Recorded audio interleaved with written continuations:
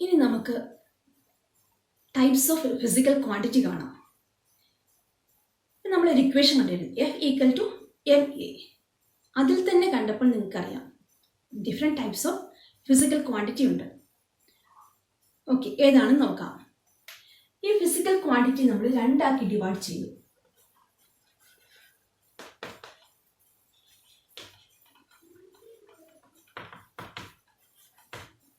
First one എന്ന് പറയുന്നത് base quantity ആണ്. ഈ ബേസ് ക്വാണ്ടിറ്റി നമ്മൾ ഫണ്ടമെന്റൽ ക്വാണ്ടിറ്റി എന്ന് വിളിക്കും. സെക്കൻഡ് വൺ ആണ് derived quantity.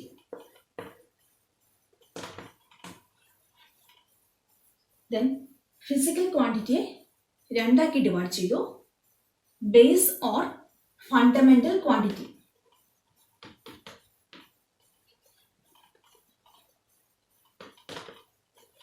Base or fundamental quantity, and second one is derived quantity. ഈ ബേസ് ക്വാണ്ടിറ്റി ഫണ്ടമെന്റൽ അറിയാം, ഫണ്ടമെന്റൽ ആയിട്ടുള്ളത്, that is independent quantity which is not depends on other quantities or not derived from other quantities. അതിനെയാണ് നമ്മൾ base or fundamental quantity എന്ന് വിളിക്കുന്നത്. അത് independent ആണ്, തന്നെ തന്നെയാണ് നിൽക്കുന്നത്, വേറൊന്നിൽ നിന്നും ഡിറൈവ് ചെയ്തുണ്ടാക്കിയതല്ല. എക്സാമ്പിളാണ് മാസ്. മാസ് എന്ന് പറയുന്നതൊരു ഇൻഡിപെൻഡൻറ്റ് ക്വാണ്ടിറ്റിയാണ്, അത് ബേസ് ക്വാണ്ടിറ്റിയാണ്. Then length, time, temperature etcetera, ഇങ്ങനെ ഒരു 7 ഇൻഡിപെൻഡൻറ്റ് ക്വാണ്ടിറ്റീസ് നമുക്കുണ്ട്. ഇതിനെ നമ്മൾ ബേസ് ക്വാണ്ടിറ്റി എന്ന് വിളിക്കുന്നത്. ഇറ്റ് ഈസ് ഇൻഡിപെൻഡൻറ്റ് ക്വാണ്ടിറ്റി, ഒന്നിൽ നിന്നും ഉണ്ടാക്കിയതല്ല, സ്വന്തമായിട്ടുള്ളത്. ഇനി നമുക്കിതിനെ സ്പ്ലിറ്റ് ചെയ്യാൻ പറ്റത്തില്ല. സെക്കൻഡ് വൺ ആണ് derived quantity. Derived quantities operations are based on base quantities ആണ്. Means it is a dependent quantity ആണ്. It is derived from other physical quantities ആണ്. അതാണ് derived quantity, വേറെ നിന്ന് ഉണ്ടാക്കിയത്. ഓക്കെ, നമുക്കൊരു എക്സാമ്പിൾ എടുക്കാം. ഞാനിവിടെ ഒരു ക്യൂബ് കൺസിഡർ ചെയ്യുന്നു.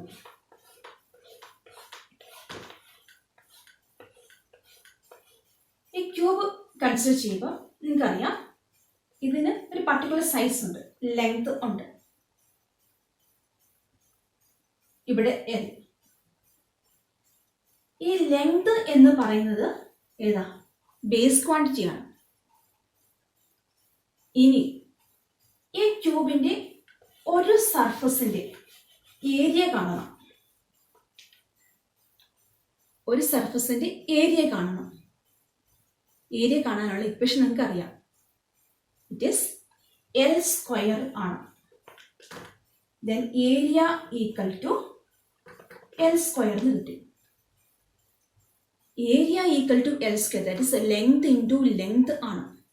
ലെങ്ത് എന്ന് പറയുന്നത് ബേസ് ക്വാണ്ടിറ്റിയാണ്. ദെൻ ഏരിയ എന്ന് പറയുന്നത് ലെങ്തിൽ നിന്നും ഉണ്ടായതാണ്. ദെൻ അതിനെ നമ്മൾ എന്ത് വിളിച്ചു? ഡിറൈവ്ഡ് ക്വാണ്ടിറ്റി എന്ന് വിളിച്ചു. ദെൻ ഡിറൈവ്ഡ് ക്വാണ്ടിറ്റീസ് എന്ന് പറയുന്നത് വേറെ നിന്ന്, ദാറ്റ് ഇസ് ബേസ് ക്വാണ്ടിറ്റി വെച്ചിട്ടാണ് നമ്മൾ ഏതുണ്ടാക്കുന്നത്? ഡിറൈവ്ഡ് ക്വാണ്ടിറ്റീസ് ഉണ്ടാക്കുന്നത്. ഇതാണ് രണ്ട് quantities, base and derived quantities. നമ്മൾ ടൈപ്സ് ഓഫ് ഫിസിക്കൽ ക്വാണ്ടിറ്റി കണ്ടു, base quantity and derived quantity. ഇനി നമ്മൾ മെഷർമെൻറ്റ് പറഞ്ഞിരുന്നു. അവിടെ നമ്മൾ ഒരു എക്സാമ്പിൾ എടുത്തതിൽ size of or length of the uniform പറഞ്ഞു, ദാറ്റ് ഈസ് 2 മീറ്റർ. ഈ 2 മീറ്റർ എന്ന് പറയുന്നത് അതിൻ്റെ ലെങ്ത് ആണ്. ഇവിടെ നമ്മൾ രണ്ട് കാര്യങ്ങൾ കാണാം, 2 എന്നും m എന്നും. ഈ 2 എന്ന് പറയുന്നത് അതിൻ്റെ ന്യൂമറിക്കൽ വാല്യൂ ആണ്. Then numerical value with associated with physical quantity, അതാണ് നമ്മൾ മെഷർമെൻറ്റ് കിട്ടുന്നത്. ഈ 2 മീറ്റർ എന്ന് പറയുന്നതാണ് നമ്മുടെ മെഷർമെൻറ്റ്. ദെൻ അതിനോട് ആ ഫിസിക്കൽ ക്വാണ്ടിറ്റിയോട് ഒരു ന്യൂമറിക്കൽ വാല്യൂ അസോസിയേറ്റ് ചെയ്തിട്ടുണ്ടാവും. ദെൻ ഇവിടെ ഒരു എം എന്ന് പറയുന്നത് കാണാം. ഈ എം എന്ന് പറയുന്നത് നമ്മളതിനെ യൂണിറ്റ് എന്ന് വിളിക്കും. ഇനി നമ്മൾ വേറെ എന്തെങ്കിലും സാധനങ്ങളൊക്കെയാണ് വാങ്ങുന്നതെങ്കിൽ, സപ്പോസ് 1 കിലോ ഓറഞ്ച് വാങ്ങി, നമ്മൾ 1 കിലോഗ്രാം എന്നാണ് പറയുന്നത്. ഈ 1 എന്ന് പറയുന്നത് ആ മെഷർമെൻറ്റിൻ്റെ ന്യൂമറിക്കൽ വാല്യൂ ആണ്. ഈ കെ ജി എന്നെഴുതിയിരിക്കുന്നത് അതിൻ്റെ യൂണിറ്റ് ആണ്. Then what is unit? It is arbitrarily chosen, internationally accepted reference standard is called unit. Arbitrarily chosen.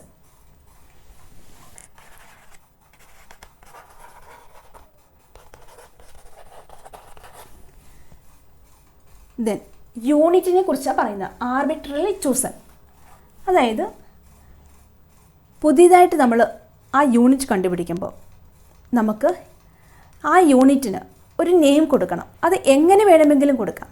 പക്ഷേ ആ കൊടുത്ത കാര്യം കുറേ കാലം കഴിഞ്ഞ് നമ്മൾ മാറ്റാൻ പാടില്ല. നമ്മുടെ ഇഷ്ടമാണ്, മീൻസ് കണ്ടുപിടിച്ച ആളുടെ ഇഷ്ടമാണ് അത് എങ്ങനെ കൊടുക്കണം എന്നുള്ളത്. ദെൻ അതാണ് ആർബിട്രറിലി ചൂസൺ. ഇനി ഇൻ്റർനാഷണലി അക്സെപ്റ്റഡ് ആണ്.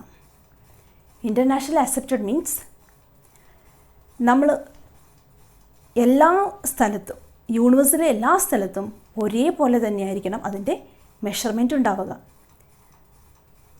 അതായത് ഞാൻ 2 മീറ്റർ ലെങ്ത് ഉള്ള ഒരു ക്ലോത്ത് വാങ്ങി. ഞാൻ അത് ഷോപ്പിൽ നിന്ന് വാങ്ങി സ്റ്റിച്ച് ചെയ്യാൻ കൊടുത്തു. സ്റ്റിച്ചിങ് സെൻറ്ററിൽ അവരെന്ത് നോക്കും? അതിൻ്റെ അളവ് കറക്റ്റാണോ എന്ന് നോക്കും. 2 മീറ്റർ തന്നെ ഉണ്ടോ എന്ന്, അല്ലേ?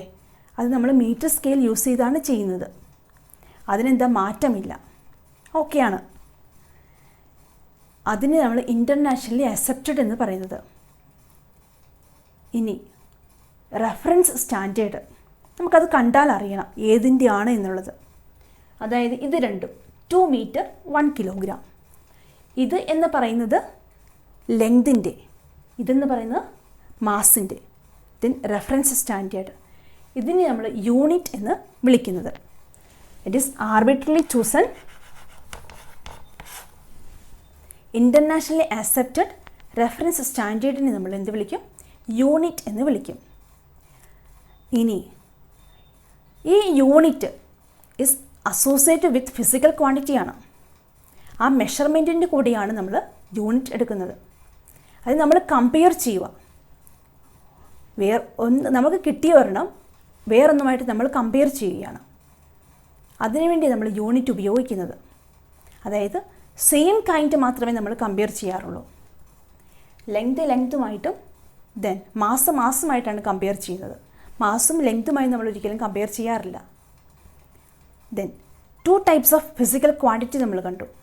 സെയിം വേ 2 ടൈപ്സ് ഓഫ് യൂണിറ്റ്സും ഉണ്ട്. ഇറ്റ് ഈസ് ബേസ് യൂണിറ്റ്സും ഡിറൈവ്ഡ് യൂണിറ്റ്സും ഉണ്ട്. 2 ടൈപ്സ് ഓഫ് യൂണിറ്റ്സ് ഉണ്ട്. ഫസ്റ്റ് വൺ എന്ന് പറയുന്നത് fundamental unit, fundamental or base unit എന്നറിയാം.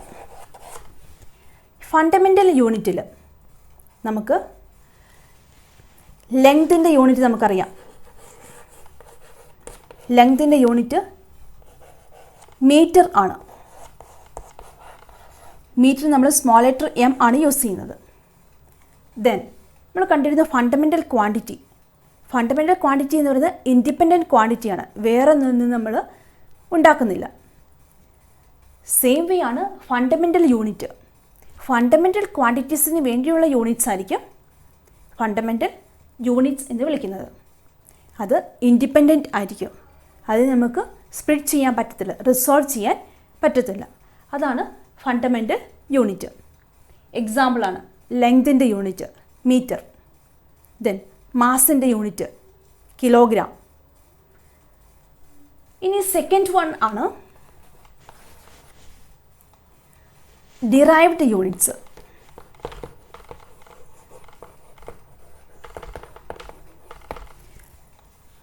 ഡിറൈവ്ഡ് യൂണിറ്റ്സ് എന്ന് പറഞ്ഞാൽ ഡിറൈവ്ഡ് ക്വാണ്ടിറ്റീസിന് വേണ്ടിയിട്ടുള്ളതായിരിക്കും ഡിറൈവ്ഡ് യൂണിറ്റ്സ്. ഇത് depend on other units. It can be resolved. വേറെ യൂണിറ്റ്സിനെ ഡിപ്പെൻഡ് ചെയ്യുന്നു. പിന്നെ എന്ത് ചെയ്യാൻ പറ്റും? റിസോൾവ് ചെയ്യുക. അത് സ്പ്ലിറ്റ് ചെയ്യാൻ പറ്റും, വേറെ വേറെ ആക്കാൻ പറ്റും. നമ്മൾ കണ്ടിരുന്നു, ഏരിയ കണ്ടിരുന്നു. ഏരിയ എന്ന് പറയുന്നത് ഡിറൈവ്ഡ് ക്വാണ്ടിറ്റി ആയിരുന്നു. Area then area is equal to നമ്മളവിടെ എൽ സ്ക്വയർ ആണ് എടുത്തത്. എൽ എന്ന് പറയുന്നത് ലെങ്തിനെ റെപ്രസെൻറ്റ് ചെയ്യുന്ന ലെറ്ററാണ്. ദെൻ ലെങ്തിൻ്റെ യൂണിറ്റ് എന്ന് പറയുന്നത് മീറ്ററാണ്. ഇവിടെ എത്ര എൽ ഉണ്ട്? 2 എണ്ണം ഉണ്ട്. That is metre square. ഏരിയയുടെ യൂണിറ്റ് എന്തായി? മീറ്റർ സ്ക്വയർ ആയി. ഇത് ഉണ്ടാക്കിയെടുത്തത് എവിടെ നിന്ന്? നമ്മുടെ ഫണ്ടമെൻ്റൽ ഓർ ബേസ് യൂണിറ്റിൽ നിന്ന് ഉണ്ടാക്കിയതാണ് ഈ മീറ്റർ സ്ക്വയർ എന്ന് പറയുന്നത്. ഇത് നമുക്ക് സ്പ്ലിറ്റ് ചെയ്യാൻ പറ്റും. എങ്ങനെ സ്പ്ലിറ്റ് ചെയ്യാം? അല്ലെങ്കിൽ റിസോൾവ് ചെയ്യാം. എം ഇൻറ്റു എം എന്ന് എഴുതാൻ പറ്റും. That means derived units independent അല്ല, ഡിപ്പെൻഡ് ഓൺ അതർ യൂണിറ്റ്സ് ആണ്. It can be resolved. Then